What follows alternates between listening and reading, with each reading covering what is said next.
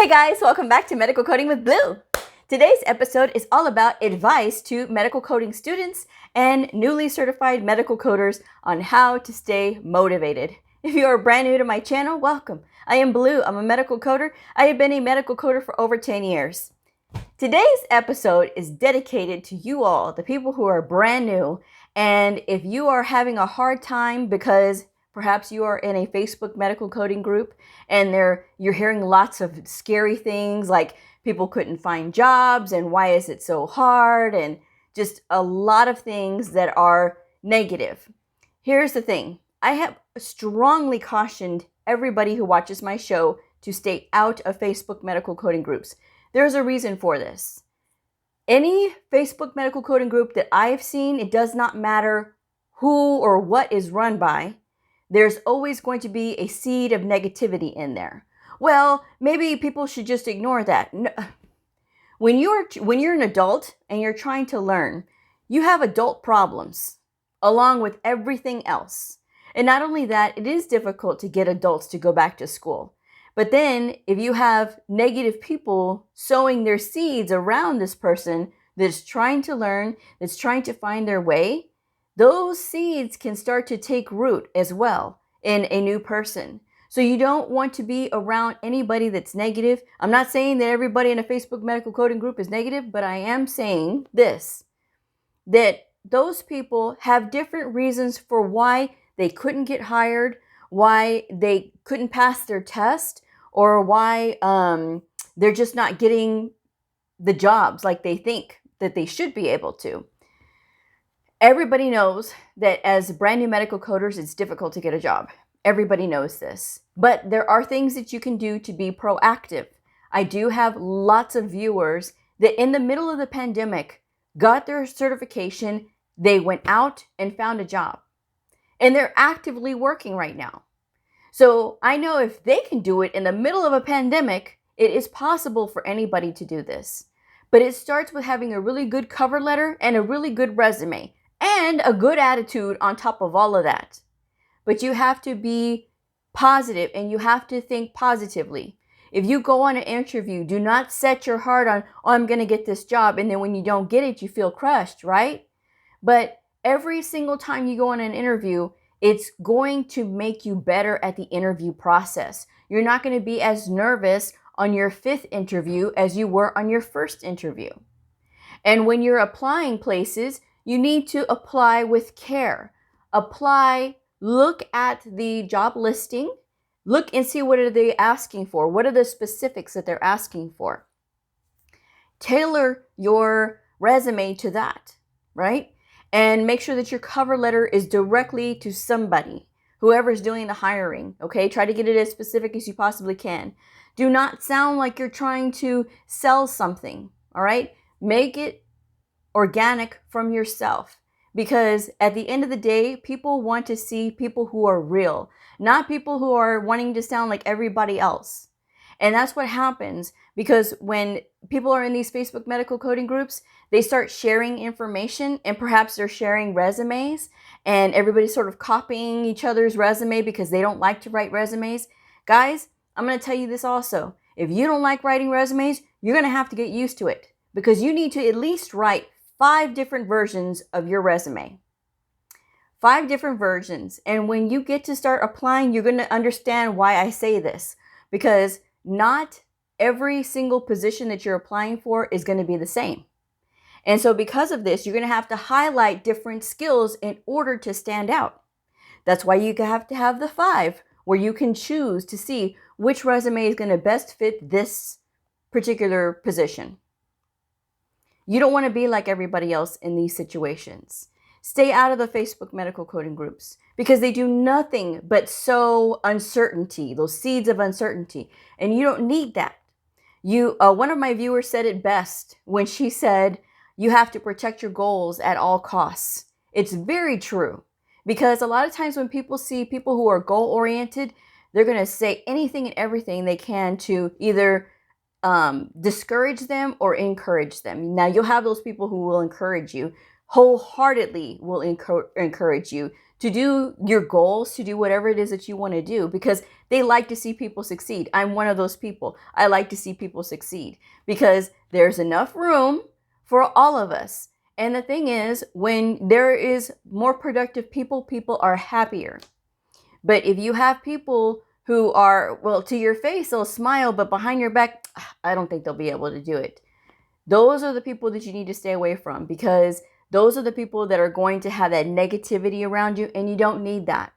I have become more successful in my career as my career has gone on by eliminating being around negative people. And this includes even being at work. If there's people around me that I know are negative, just naturally negative, they have so much negative energy, I stay away from them on purpose, because the thing is, I am the type of person who soaks up people's energy. And if I feel like there's too much negativity around me, I can't take it, because I am naturally a very positive person. I like for things to, yes, be a challenge, because that will help me to sharpen my skills. But at the same time, I like for things to go smoothly, and I do not like for there to be negativity around me, because life, we get one rodeo, folks. One. And I want it to be as positive as I possibly can. I'm already in a position that I love. I'm a medical coder. And you know what they say, if you love what you do, you never work a day in your life. I have 400 plus videos. And I've been doing this for a little over 2 years now. And I've said it since the beginning, originally, that if you love what you do, you never work a day in your life. And that's where I feel like I am. This is not work to me. Talking to the next generation of medical coders is not work to me. This is me helping the next generation of medical coders. Hopefully they take my advice. But I mean, I can only tell you guys, and it's entirely up to you. But if you stay around negative people, then that's what you're going to have your mind preoccupied with. And when you're around people who say, well, I can't get a job, there's many reasons why people can't get a job. Can you pass a background check? Can you pass a drug screen? Can you pass the initial assessment tests when people are giving you these tests when you go to these job interviews? They have to know what you know. So there's really no way to prepare for these either when you're applying for these medical coding jobs. They will test you on basic knowledge. Sometimes they'll test you like on procedure coding, sometimes just diagnosis coding. It depends. I mean, I've had this test several times, and it's all different because it depends on who authored the test and what are they looking for. Is it going to be for same-day surgeries? Is it going to be for inpatient coding? Is it going to be for outpatient coding? Is it going to be for prophy coding? You know, so there's going to be different versions of tests all the time. But as long as you have studied and you know how to find your answers, you will do fine. But it all starts with cleaning up who is around you and who knows what you're doing. Because you don't have to go and announce your goals all the time. You don't have to say, well, I'm going to become a medical coder, because guarantee you there's going to be people that are going to be jealous because you're trying to turn your life around, or maybe you want to do something better for yourself. Perhaps you were like me, working at a minimum wage job, and you want to do something different. And some people don't want other people to succeed, so they'll do and say anything and everything to sort of be like, well, you know, they're going to do this and they're going to do that, and it's going to be all artificial intelligence, and you're not going to have a job. They'll do anything and everything to scare you. Well, let me tell you something. They've been barking about this artificial intelligence over 10 years ago, since I first started. Do you think I listened to them? No.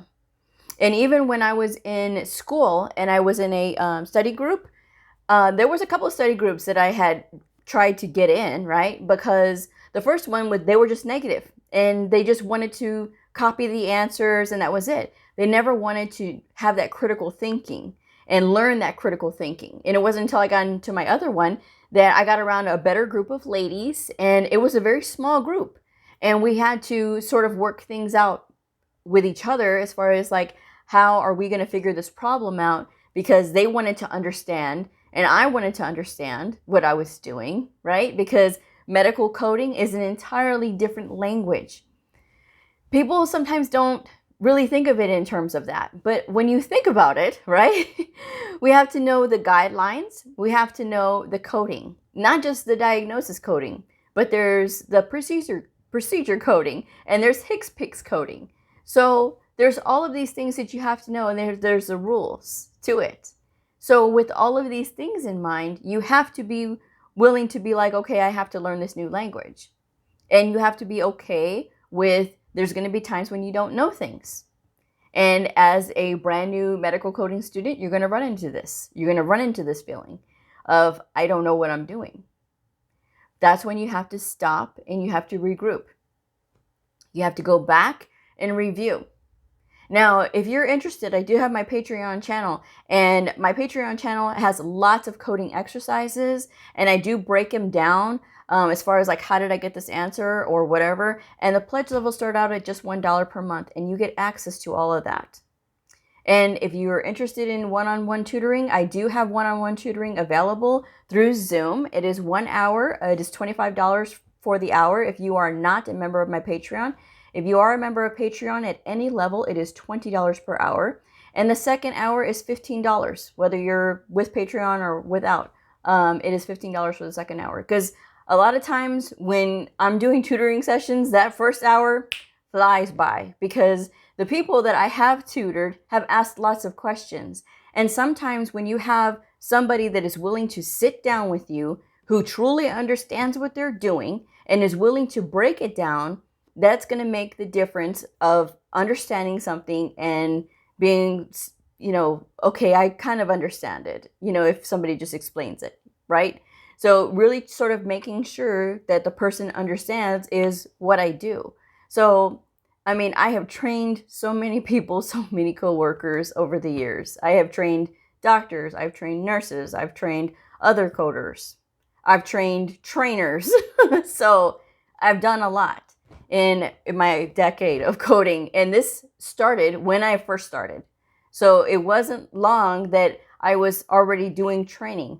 When I got here to my position here, I started off in the profi side, right? The professional coding side, which is inpatient but outpatient. So there's different rules to doing profi coding.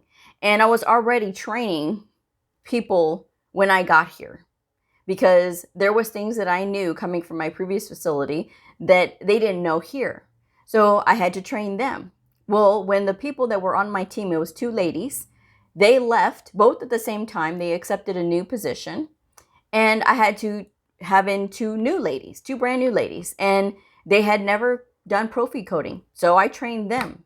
And then we got a brand new supervisor, and she didn't understand how to do the profi coding. So I trained her. Yeah, I trained my own supervisor at the time, who also was my auditor. So it was a little weird, if you have to train somebody who's going to later audit you, but it's okay because I broke it all down for her. And after a while, she understood, or at least that's what she told me. I don't know if that was true or not, but there's going to be times when you're just going to have to be like, okay, I need to ask a question. I need help understanding this.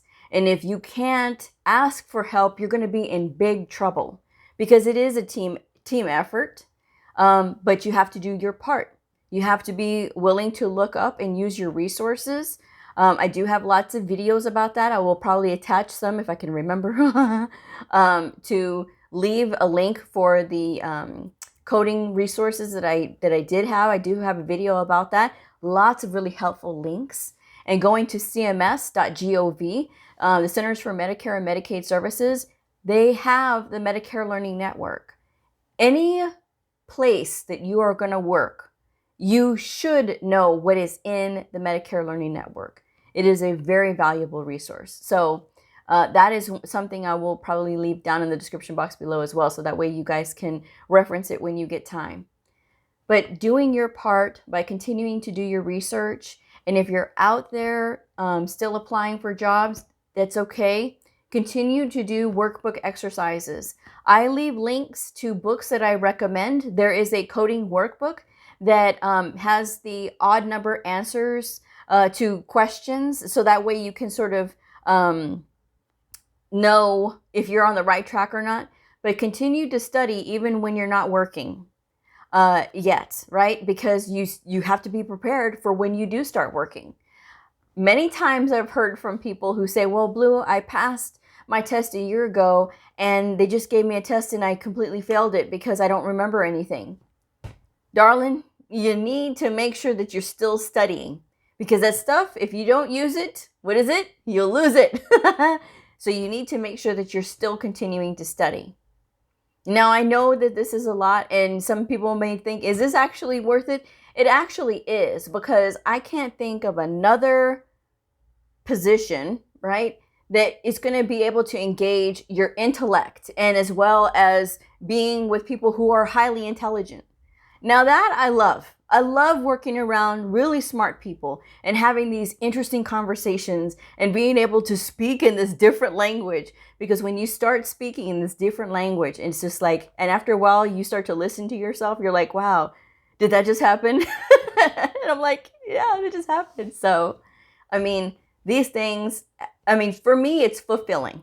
It is fulfilling. It fulfills my life, and my energy and everything, because I love to learn. And I've always been a reader. I've always been a studier. I've always wanted to learn more. And just having that is amazing. I've talked about being an attorney. When I was a kid, I wanted to be an attorney, right? That was what I wanted. I wanted that more than anything, because that was where my life and my path was going to go, right? I was so convinced of it. But life has a way of dealing you these cards and be like, oh no, we're going to give you the flashy world of medical coding. Okay, I'll go on this ride. And sure enough, this is not something that I would change. And as I've said before, and I'll say it again, I probably won't ever retire.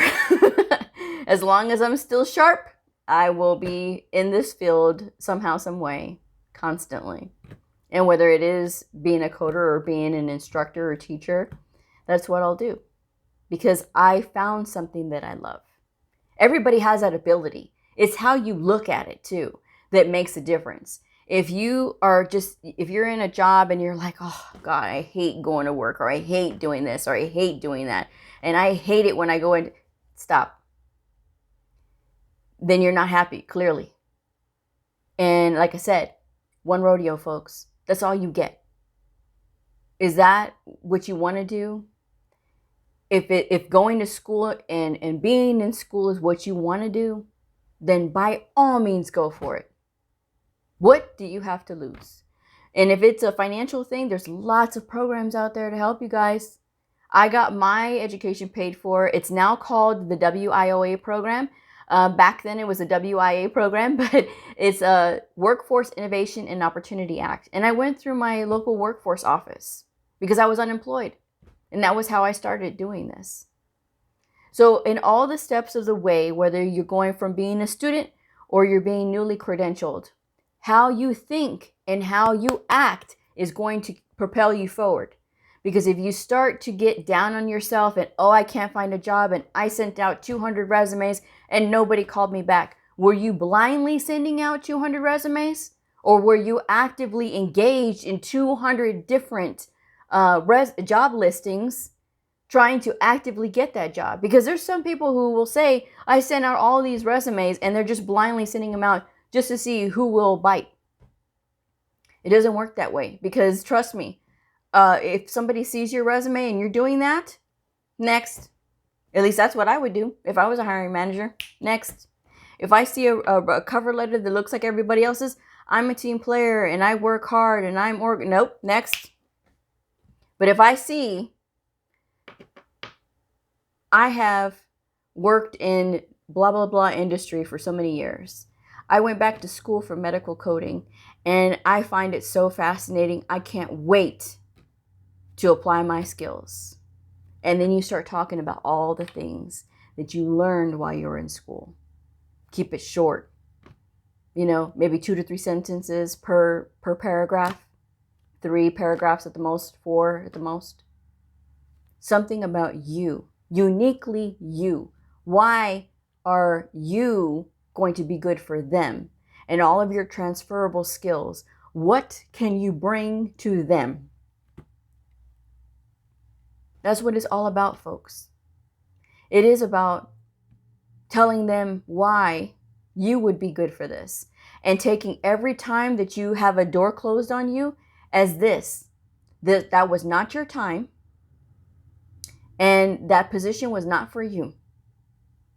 Because I'll tell you, that happened to me. The position that I have right now, I wanted this position because it was closer to my hometown. And all I wanted to do was get back to my hometown because I wanted to be back at home with my mom, right? Because my mom was sick at the time and I wanted to be closer to her. I was so far away at my second position that I had as a medical coder that I just wanted to be back at home with my mom. But I couldn't get a job in that town because they wanted experience more than what I'd had. So I said, okay, this is the next best thing. So I applied here, and I applied in February, and it was a great interview, and I was so excited. And I said, oh yes, finally, I can get out of here. I can be closer to my mom, and everything's going to be great. And I didn't get the call. And you want to talk about upset. But my mom, you know, moms are the best, right? Mom said this. She said, it's not your time yet. Don't worry, it's not your time yet.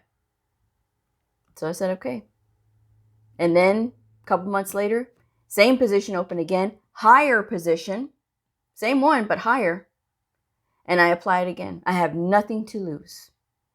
And when the job closed and they were referring the resumes on and things, it was shortly thereafter that I got the call that I got the job. So things happen for a reason. And if I had accepted defeat that first time, I would not be here. If I said, well, I'm never going to apply with them again, and I'm just tired of this after that one time, because I've heard that they get turned down once and they don't want to do it again. Guys, you can't. You got to have a thick skin. Whether you're a student or a brand new medical coder, you got to have a thick skin. And it's worth it. But you have to stay positive and keep positive people around you. Don't be around negative people because it's not going to do anything but drain you. You have to speak life into what you want, not defeat. I'm never going to get a job. No, I will get a job. And if I don't make this one, that's okay. You thank that person. You thank that interviewer and you say to them, I appreciate you giving me this opportunity just to meet you and do this interview. This is going to help me. It is going to help you because it's going to make you relaxed even more for the next interview. And then eventually you will get your job. But you have to stay positive. And like I said, everything that you are investing, it will be worth it. But you have to stay the course. Keep that goal in mind, that you want a really good job and that you want to do this. It's so fascinating, so interesting. Stick with it and you'll get it. That's just my advice. All right. Quick programming note. Tuesday, November 3rd, there will be no Q&A Tuesday. It will be back the following week on November the 10th. So I will see y'all then, but we will have an episode on Monday. So I hope y'all have a great weekend, but I just want to let you guys know about Tuesday. So I'm going to close this up. If you are a medical coder, a medical coding student, somebody curious about the fascinating world of medical coding, a provider, or a nurse, I invite you to like and subscribe and follow me on my journey in medical coding. I will see y'all next time. Bye!